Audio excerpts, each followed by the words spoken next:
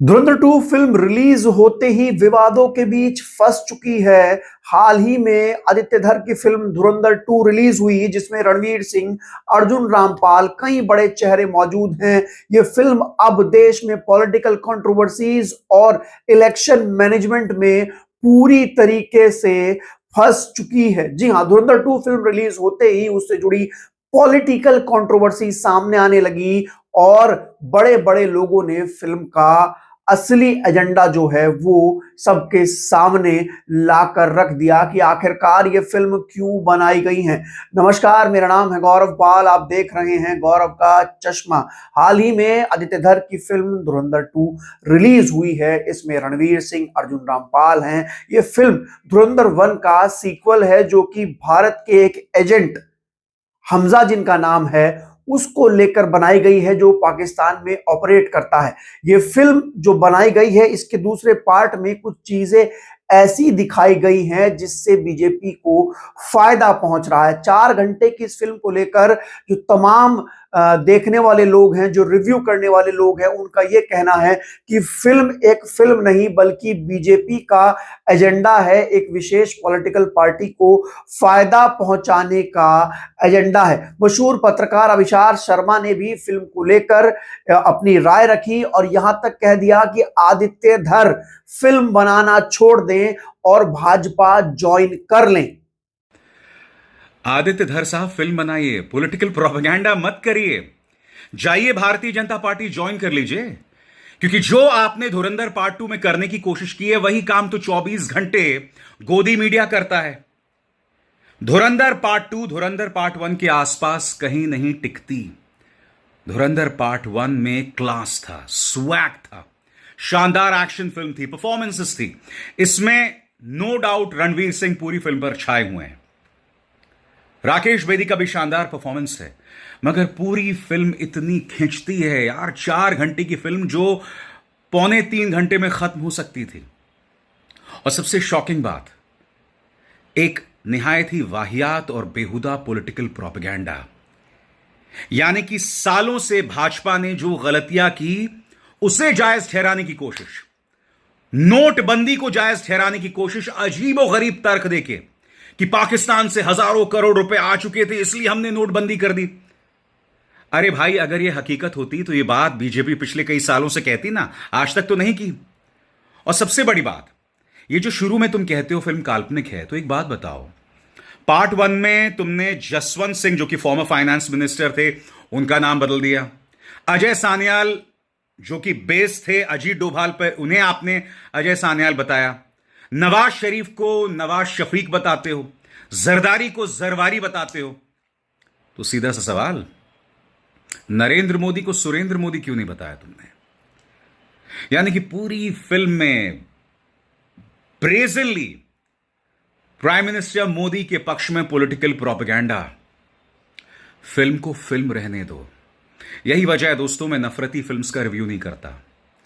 इस फिल्म का रिव्यू मैंने अपने फिल्म चैनल में सिर्फ इसलिए किया है कि इसको लेकर धमाल है और पहली बार मैंने अपने अविशार शर्मा के अलावा कुछ और लोगों ने भी फिल्म को लेकर कई बातें कही हैं। उन्होंने कहा है कि फिल्म को मात्र फिल्म की तरह देखें, ये रील है, रियल नहीं है। फिल्म कम पॉलिटिकल एजेंडा ज्यादा लग रहा है। तो धुरंधर 2 देखकर दोस्तों मैं बाहर आ गया हूं और मुझे ये फिल्म काफ़ी जानदार शानदार लगी है, लेकिन पॉलिटिकली एजेंडा से भी ड्रिवन है। बहुत सारी ऐसी चीज़ें दिखाई हैं जो ऐसा लगता है कि किसी खास पॉलिटिकल पार्टी को सही साबित करने के लिए इसमें डाली गई हैं, लेकिन एंटरटेनमेंट है। फिल्म को फिल्म की तरह देखें, रील है, रियल नहीं है। बहुत कुछ ऐसा दिखाया है कि जिसे देखने में आपको जोश ज़रूर भरेगा, लेकिन जब फिल्म आप देखकर बाहर निकलेंगे तो इस रियल वर्ल्ड में ही रहना है। तो फिल्म काफ़ी अच्छी है, लेकिन पॉलिटिकली ड्रिवन है एजेंडा से। तो अपने दिल दिमाग, आंख नाक कान खोल कर देखें, लेकिन जरूर देखें, अच्छी फिल्म है, मजा आएगा। दोस्तों मैं आपको बताता हूं कि फिल्म में कुछ ऐसे सीन दिखाए गए हैं 2017 इलेक्शन से जुड़े हुए, जहां पर यह दिखाया जाता है कि 2017 से पहले जो नोटबंदी हुई थी देश में, जो कि बीजेपी का सबसे बड़ा फेलियर था, जिसमें आज तक बीजेपी ये नहीं बता पाई कि भारत को क्या फायदा हुआ, उस नोटबंदी को धुरंधर 2 फिल्म में बीजेपी का एक बहुत बड़ा मास्टर स्ट्रोक दिखाया गया है, जिसमें दावा किया गया है कि बीजेपी ने जो नोटबंदी की थी उससे पाकिस्तान की कमर टूट गई और पाकिस्तान में बैठकर दाऊद इब्राहिम जैसे लोग जो भारत में नकली नोट भेजते हैं उनकी कमर टूट गई थी। ऐसा दावा इस फिल्म में किया गया है। जी हां, अगर ऐसा कुछ होता तो बीजेपी भी उस बात का जिक्र करती, लेकिन आज तक जब भी बीजेपी को लेकर नोटबंदी पर सवाल किया जाता है तो बीजेपी वाले चुप हो जाते, नहीं बताते हैं कि पाकिस्तान से भारत में काउंटरफीड हो रहा था और ये नोटबंदी उस वजह से की गई थी। लेकिन दोस्तों, जिस तरीके से इस फिल्म में नोटबंदी को दिखाया गया है, इस फिल्म में 2017 के उत्तर प्रदेश के जो इलेक्शंस थे उसके कनेक्शन को दिखाया गया है, इस फिल्म में अतीक अहमद पर जो लाइव गोलियां चली थी उसके वो दिखाया गया है, अतीक अहमद का दाऊद इब्राहिम से कनेक्शन दिखाया गया है, और फिल्म में नरेंद्र मोदी की वाहवाही, नरेंद्र मोदी की बड़ाई जिस तरीके से की गई है, उसके बाद इस फिल्म पर फिल्म कम बीजेपी का प्रोपेगेंडा और एजेंडा होने के आरोप ज्यादा लग रहे हैं। दोस्तों आपको बता दें कि फिल्म में दिखाया गया है कि अतीक अहमद पाकिस्तान के जरिए उत्तर प्रदेश में चुनाव मैनेज किया करता था। पाकिस्तान से काउंटरफीड नोट, नकली नोट भारत आया करते थे और अतीक अहमद उस पैसे को उत्तर प्रदेश के चुनाव में खर्च करवाता था और उसकी वजह से चुनाव जीतता था। आपको बता दें 2017 में अतीक अहमद समाजवादी पार्टी में थे, तो एक तरीके से साफ तौर पर यह बताने की कोशिश, ये दिखाने की कोशिश इस फिल्म में की गई है कि समाजवादी का कनेक्शन जो था वो दाऊद इब्राहिम से था, क्योंकि समाजवादी पार्टी के नेता थे अतीक अहमद, उससे चुनाव लड़ते थे और अतीक के पास जो पैसा आता था वो पाकिस्तान से आता था और उसी पैसे से समाजवादी पार्टी उत्तर प्रदेश में चुनाव जीतती थी।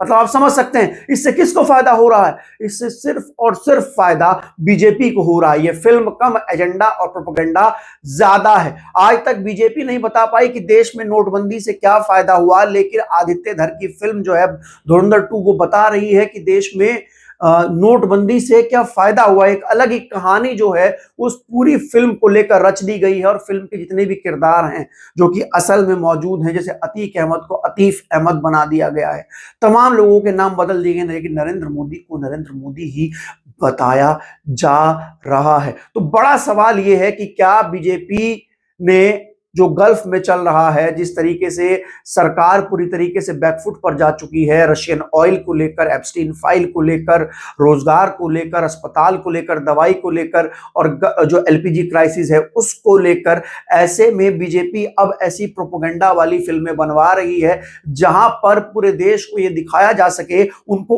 उनकी असल प्रॉब्लम एलपीजी, पेट्रोल, सीएनजी, बेरोजगारी, दवाई, अस्पताल, इन सब से दूर हटाकर यह दिखाया जा सके कि देखिए कैसे पाकिस्तान की कमर जो है वो तोड़ दी थी नरेंद्र मोदी ने 2017 में, और उसको धुरंधर फिल्म में दिखाया गया है।